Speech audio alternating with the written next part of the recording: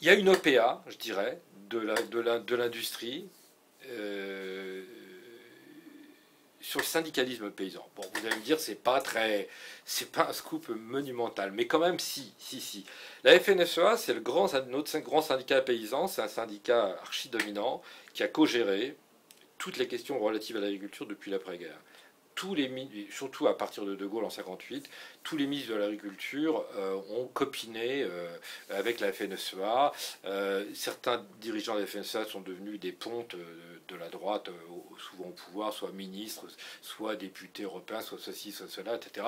Donc il y a eu un copinage absolument fantastique qui a permis à la FNSEA, mais quand on y réfléchit calmement, c'est proprement incroyable, parce que c'est un syndicat paysan, et la FNSEA a accompagné la disparition de millions de paysans en France depuis l'après-guerre. Il y avait 10 millions d'actifs paysans en France en 1945, il en reste peut-être 400 000. Donc le syndicat, qui en plus était quasiment au pouvoir, puisqu'il a co-décidé tout, ce syndicat a planifié la disparition de ses membres.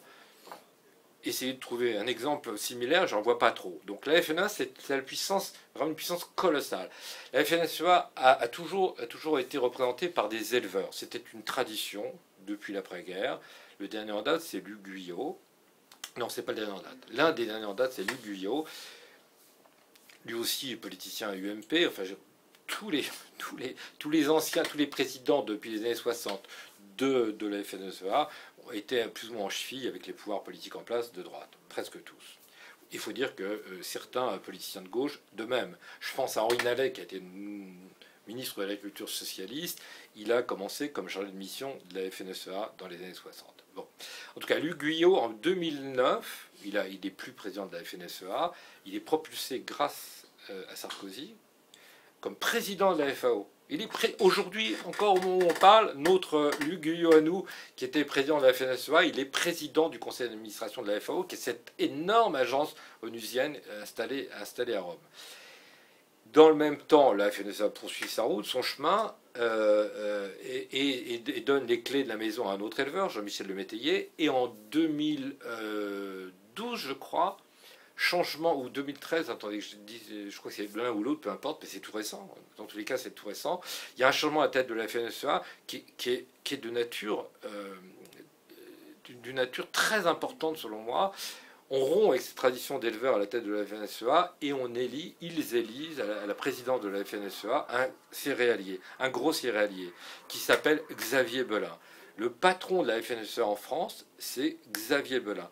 Xavier Belin, il est président donc, de la FNSEA, gros céréalier intensif, pesticides et compagnie dans la Beauce, et en même temps, il est PDG d'un truc un truc que personne ne connaît, mais dont je vais vous révéler le nom, qui s'appelle Sophie Protéol. Or, Sophie Protéol, c'est une sorte de bras financier, c'est une sorte de bras financier de l'agriculture industrielle. C'est une énorme machine financière qui pèse en chiffre d'affaires 7 milliards d'euros par an. C'est pas un petit truc, c'est un truc énorme. Et Sophie Protéol, donc, comment dire, c'est la fine fleur de l'agriculture industrielle, c'est notamment les biocarburants, et ils sont alliés avec avec une coopérative très puissante qui s'appelle InVivo, qui commercialise la moitié des pesticides en France. Donc c'est une machine de guerre industrielle contre les paysans et contre les espaces agricoles en France. Et vous voyez quelqu'un qui a la casquette syndicaliste en chef, clique, la casquette céréalier intensif, clique, la casquette industrielle de dimension mondiale avec Sophie Protéol. Et donc, vous voyez bien que ce processus ne s'arrête pas, ce processus de concentration ne s'arrête pas. Et pour en revenir à votre question, est-ce que pour sortir de ce système et par exemple favoriser l'agriculture bio, est-ce qu'il faut des subventions? Sans doute, sans doute, sans doute. Je crois que ce qui a été fait pour l'agriculture industrielle, et Dieu sait que ça l'a été, ces subventions par milliards d'euros pour pourrir finalement nos sols et entasser des animaux d'élevage dans des conditions absolument barbares, ce qui a été fait dans un sens peut éventuellement l'être dans l'autre. Il faut d'ailleurs subventionner l'agriculture biologique, il faut donner la priorité, il faudrait que priorité politique soit donnée à l'agriculture biologique, mais c'est tout le contraire. Je veux dire que les choix qui ont été faits depuis que François Hollande est président avec Stéphane Le Foll à l'agriculture ces choix favorisent de manière outrageuse la FNSEA, les choix de Sophie Protéol. Sophie Protéol a fêté ses 30 ans l'an passé. Eh bien, François Hollande est allé à la soirée des 30 ans pour féliciter Sophie Protéol et dire à quel point la France était fière de ses grands succès commerciaux et industriels. Maintenant, sur l'agriculture biologique, vous savez qu'il y avait eu le Grenelle de l'environnement en 2007. Et je crois de mémoire, j'espère ne pas dire de bêtises, mais enfin, à l'époque, on était à moins de 2% de la surface agricole utile en France vouée à l'agriculture biologique, 2% donc contre 98%. Et le but du Grenelle de l'environnement, c'était, je crois que c'était à l'horizon de 2012, donc 5 ans plus tard, d'arriver à 6% de la surface agricole utile. En 2012, on était, je crois, à 3%. C'est-à-dire qu'on avait augmenté d'un petit pourcent malgré les annonces, etc. On avait fait une autre annonce sensationnelle au Grenelle de l'environnement. C'était et là, j'étais le témoin indirect. J'étais chez moi. J'étais pas dans mon lit, mais j'étais chez moi. Le téléphone sonne le matin. Je suivais ces événements de Grenelle de l'environnement avec pas mal d'ironie, parce que je subodorais que ça n'allait pas tourner exactement comme j'aurais pu le souhaiter moi. Et le téléphone sonne et un copain qui est participé à ces réunions du Grenelle de l'environnement m'appelle sur un ton très très triomphal et me dit oh, c'est formidable, il était sincère, hélas. Il vient d'annoncer que la France s'engage à réduire de 50% l'usage des pesticides en 10 ans. Réduire de 50% l'usage des pesticides en 10 ans.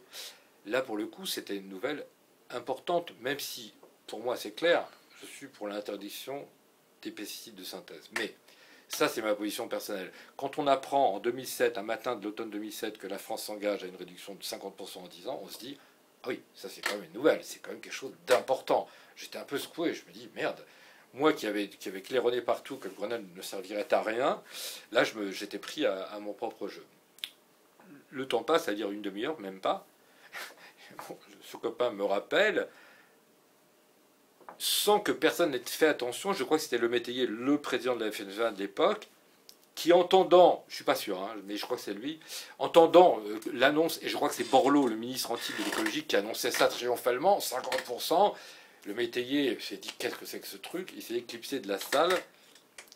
Qui a-t-il été consulté? Je n'en sais rien, personne ne le sait, l'histoire ne le dit pas, mais en tout cas il est revenu lui aussi triomphalement pour annoncer oh là là, mais attendez, la véritable annonce c'est oui, la France s'engage à réduire de 50% l'usage des pesticides en 10 ans, si c'est possible.